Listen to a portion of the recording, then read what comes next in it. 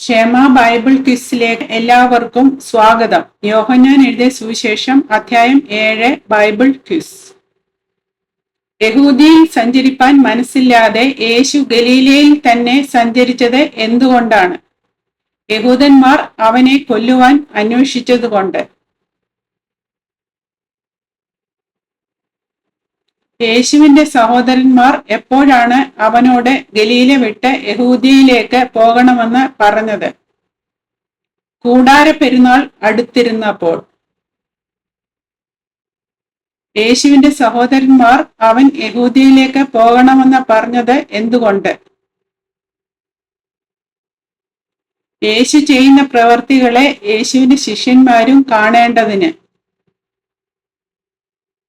യേശുവിന്റെ സഹോദരന്മാർ അവനോട് ഇവിടം വിട്ട് യഹൂദിയിലേക്ക് പോക എന്ന് പറഞ്ഞതിന് എന്ത് വാദമാണ് ഉപയോഗിച്ചത്? പ്രസിദ്ധനാകുവാൻ ആഗ്രഹിക്കുന്നവൻ ആരും രഹസ്യത്തിൽ ഒന്നും ചെയ്യുന്നില്ലല്ലോ. യഹൂദിയിലേക്ക് പോയി തന്നെ തന്നെ ലോകത്തിന് വെളിപ്പെടുത്തുക എന്ന് യേശുവിനോട് പറഞ്ഞ യേശുവിന്റെ സഹോദരന്മാർ അവനെക്കുറിച്ച് ചിന്തിച്ചതെന്ത്? അവന്റെ സഹോദരന്മാരും യേശുവിൽ വിശ്വസിച്ചില്ല. യേശു തന്റെ സഹോദരന്മാരുടെ ഉപദേശം സ്വീകരിക്കാഞ്ഞത് എന്തുകൊണ്ട്?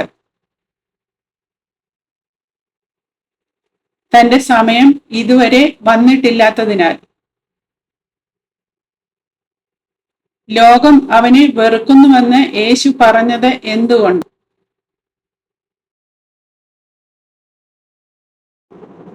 ലോകത്തിന്റെ പ്രവൃത്തികൾ ദോഷമുള്ളവ എന്ന് യേശു അതിനെക്കുറിച്ച് സാക്ഷ്യം പറയുന്നത് കൊണ്ട്. കൂടാര പെരുന്നാളിന് യേശു എപ്പോഴാണ് യെരുശലേമിലേക്ക് പോയത്?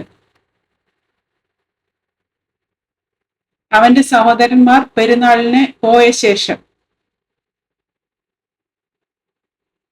കൂടാര പെരുന്നാളിൽ അവൻ എവിടെയെന്ന് ചോദിച്ച് അവനെ അന്വേഷിച്ചത് ആരാണ്?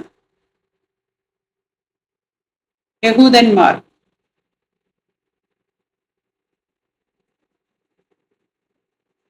കൂടാര പെരുന്നാളിൽ പുരുഷാരത്തിൽ യേശുവിനെ കുറിച്ച് എന്ത് കുശുകുശുപ്പാണ് ഉണ്ടായത്?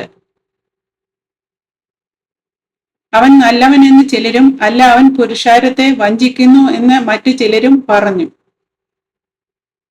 യെരുശലേമിൽ യേശുവിനെ കുറിച്ച് ആരും പ്രസിദ്ധമായി ഒന്നും സംസാരിക്കാഞ്ഞത് എന്തുകൊണ്ടാണ്? യഹൂദന്മാരെ പേടിച്ചിട്ട്.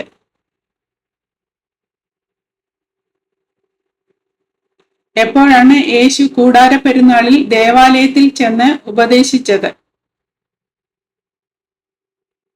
പെരുന്നാൾ പാതി കഴിഞ്ഞ ശേഷം. യേശു ദേവാലയത്തിൽ ഉപദേശിക്കാൻ തുടങ്ങിയപ്പോൾ യഹൂദന്മാർ എന്തു പറഞ്ഞ് ആശ്ചര്യപ്പെട്ടു? വിദ്യാഭ്യാസം ചെയ്യാത്ത ഇവൻ ശാസ്ത്രം അറിയുന്നത് എങ്ങനെ എന്ന് പറഞ്ഞു.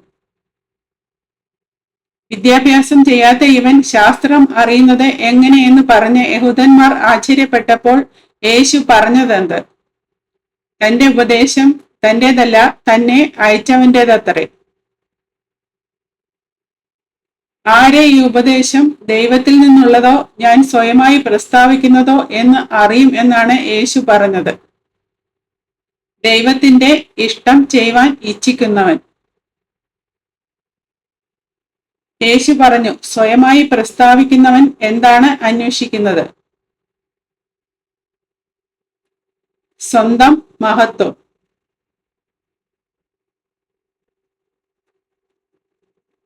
ആരാണ് സത്യവാൻ എന്ന് യേശു പറഞ്ഞത്?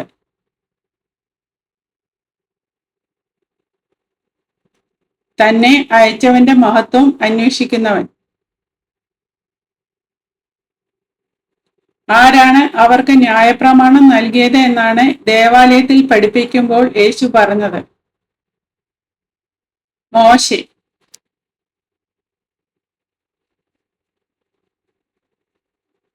നിങ്ങൾ എന്നെ കൊല്ലുവാൻ അന്വേഷിക്കുന്നത് എന്ത് എന്ന് യേശു ചോദിച്ചപ്പോൾ പുരുഷാരം പറഞ്ഞതെന്ത്?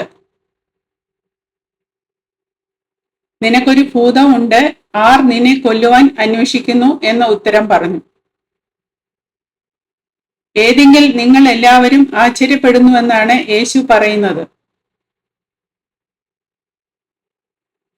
ഞാനൊരു പ്രവൃത്തി ചെയ്തു അതിങ്കൽ. മോശെ അവർക്ക് എന്ത് നിയമിച്ചു എന്നാണ് യേശു പറഞ്ഞത്?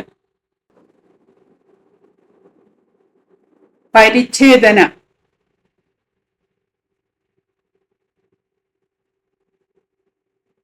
മോശെ അവർക്ക് പരിച്ഛേദന നിയമിച്ചുവെങ്കിലും ആരുടെ കാലത്താണ് അത് തുടങ്ങിയത് എന്നാണ് യേശു പറയുന്നത്?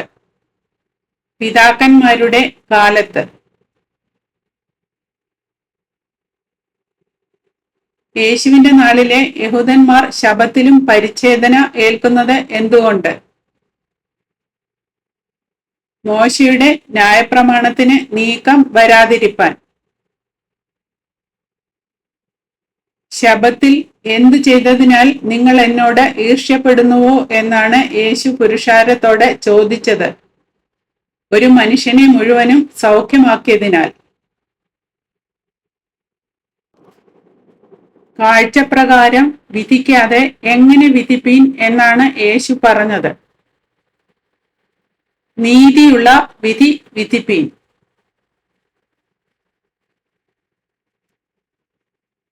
യെരുശലേമ്യരിൽ ചിലർ എന്താണ് പറഞ്ഞത്?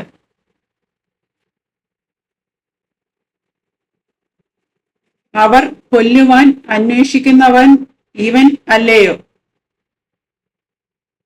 യേശു ധൈര്യത്തോടെ സംസാരിക്കുന്നു, എന്നിട്ടും അവനെ കൊല്ലുവാൻ അന്വേഷിക്കുന്നവർ എന്തു ചെയ്യുന്നില്ല എന്നാണ് യെരുശലേമ്യരിൽ ചിലർ പറഞ്ഞത്. അവനോട് ഒന്നും പറഞ്ഞില്ല. യേശു ധൈര്യത്തോടെ സംസാരിക്കുന്നു, എന്നിട്ടും അവനെ കൊല്ലുവാൻ അന്വേഷിക്കുന്നവർ അവനോട് ഒന്നും പറയുന്നില്ല. അതുകൊണ്ട് യെരുശലേമ്യരിൽ ചിലർ എന്താണ് ചിന്തിച്ചത്? ഇവൻ ക്രിസ്തു ആകുന്നുവെന്ന് പ്രമാണികൾ യഥാർത്ഥമായി ഗ്രഹിച്ചുവോ? യേശു ദേവാലയത്തിൽ ഉപദേശിക്കുമ്പോൾ പറഞ്ഞതെന്ത്? നിങ്ങൾ എന്നെ അറിയുന്നു, ഞാൻ എവിടെ നിന്നെന്നും അറിയുന്നു. ആരെ സത്യവാൻ എന്നാണ് യേശു പറഞ്ഞത്?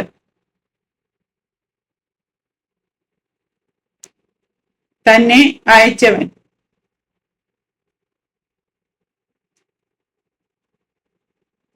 ആരെ നിങ്ങൾ അറിയുന്നില്ല എന്നാണ് യേശു പറഞ്ഞത്? തന്നെ അയച്ചവനെ.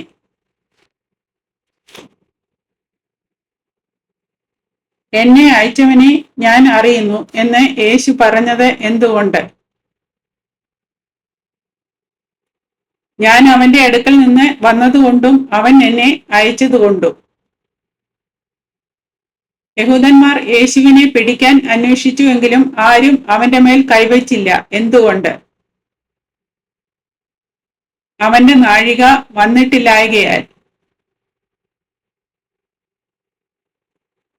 പുരുഷാരത്തിൽ പലരും എന്തു പറഞ്ഞാണ് യേശുവിൽ വിശ്വസിച്ചത്? ക്രിസ്തു വരുമ്പോൾ ഇവൻ ചെയ്തതിൽ അധികം അടയാളം ചെയ്യുമോ എന്ന് പറഞ്ഞ്. ക്രിസ്തു വരുമ്പോൾ ഇവൻ ചെയ്തതിൽ അധികം അടയാളം ചെയ്യുമോ എന്ന് പുരുഷാരം അവനെക്കുറിച്ച് കുശുകുശുക്കുന്നു എന്ന് ആരാണ് കേട്ടത്? പരീശന്മാർ. യേശുവിനെ പിടിക്കേണ്ടതിന് മഹാപുരോഹിതന്മാരും പരീശന്മാരും ചേവകരെ അയച്ചതെന്തിന്?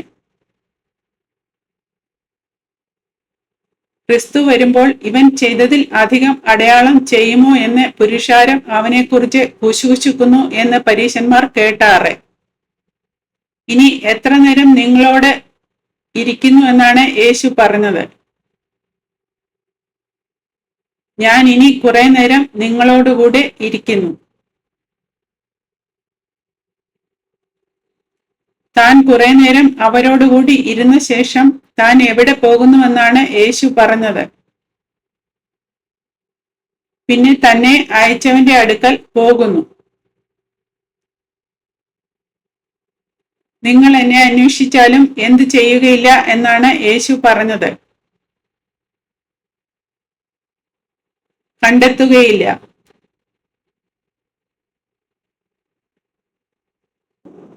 നിങ്ങൾ എന്നെ അന്വേഷിക്കും, കണ്ടെത്തുകയില്ല താനും എന്ന് യേശു പറഞ്ഞത് കേട്ടിട്ട് യഹൂദന്മാർ കരുതിയതെന്ത്? നാം കണ്ടെത്താതെ വണ്ണം ഇവൻ എവിടേക്ക് പോകുവാൻ ഭാവിക്കുന്നു? എവിടെ ചിതറിപ്പാർക്കുന്നവരുടെ അടുക്കൽ പോയി യവനരെ ഉപദേശിക്കാൻ ഭാവമോ എന്നാണ് യഹൂദന്മാർ തമ്മിൽ തമ്മിൽ പറഞ്ഞത്. യവനന്മാരുടെ ഇടയിൽ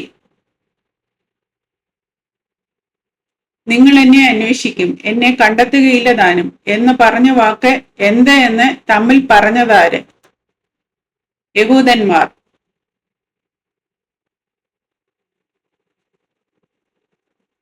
കൂടാരപ്പെരുന്നാളിന്റെ മഹാദിനമായ ഒടുക്കത്തെ നാളിൽ യേശു നിന്നുകൊണ്ട് എന്താണ് പറഞ്ഞത്? ദാഹിക്കുന്നവൻ എല്ലാം എന്റെ അടുക്കൽ വന്ന് കുടിക്കട്ടെ. തിരുവെഴുത്ത് പറയുന്നത് പോലെ ആരുടെ അടുക്കൽ നിന്ന് ജീവജലത്തിന്റെ നദികൾ ഒഴുകുമെന്നാണ് യേശു പറഞ്ഞത്? തന്നിൽ വിശ്വസിക്കുന്നവന്റെ ഉള്ളിൽ നിന്ന്.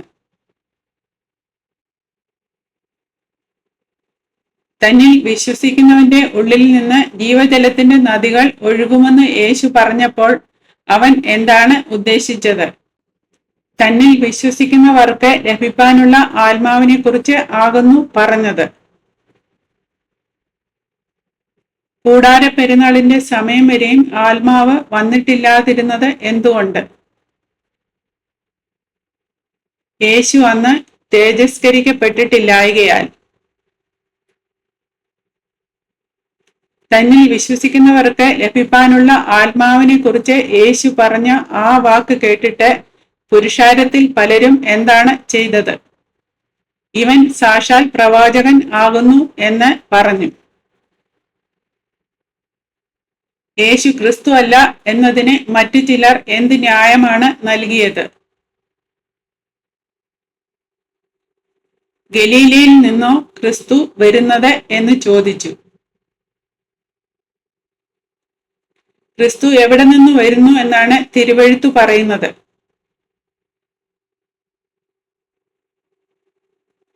ദാവീദിന്റെ സന്തതിയിൽ നിന്നും ദാവീദ് പാർത്ത ഗ്രാമമായ ബെത്ലഹേമിൽ നിന്നും ക്രിസ്തു വരുന്നു. ഇവൻ ക്രിസ്തു തന്നെ എന്നും മറ്റു ചിലർ ഗലീലയിൽ നിന്നോ ക്രിസ്തു വരുന്നത് ദാവീദിന്റെ സന്തതിയിൽ നിന്നും ദാവീദ് പാർത്ത ഗ്രാമമായ ബെത്ലഹേമിൽ നിന്നും ക്രിസ്തു വരുന്നു എന്ന് തിരുവെഴുത്തു പറയുന്നില്ലയോ എന്നും പറഞ്ഞ് പുരുഷാരത്തിൽ എന്തുണ്ടായി? പുരുഷാരത്തിൽ അവനെ ചൊല്ലി ഭിന്നത ഉണ്ടായി. ചേവകർ മഹാപുരോഹിതന്മാരുടെയും പരീശന്മാരുടെയും അടുക്കൽ മടങ്ങി വന്നപ്പോൾ അവർ അവരോട് ചോദിച്ചതെന്ത്? നിങ്ങൾ അവനെ കൊണ്ടുവരാഞ്ഞത് എന്ത് എന്ന് ചോദിച്ചു.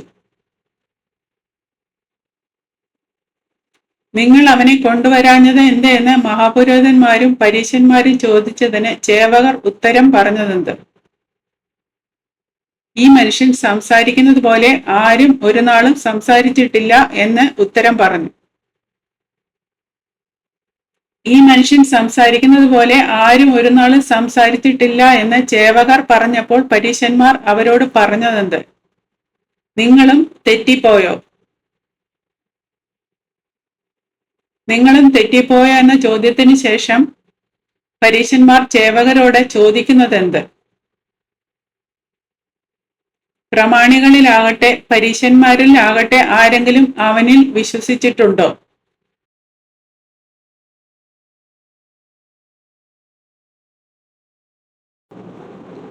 ആര് ശപിക്കപ്പെട്ടവരാകുന്നു എന്നാണ് പരീശന്മാർ ചേവകരോട് പറയുന്നത്?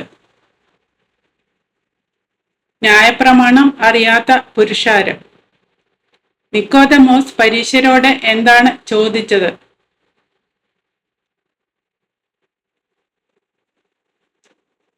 ഒരു മനുഷ്യന്റെ വാമൊഴി ആദ്യം കേട്ട് അവൻ ചെയ്യുന്നത് ഇന്നത് എന്ന് അറിഞ്ഞിട്ടല്ലാതെ നമ്മുടെ ന്യായപ്രമാണം അവനെ വിധിക്കുന്നുവോ എന്ന്.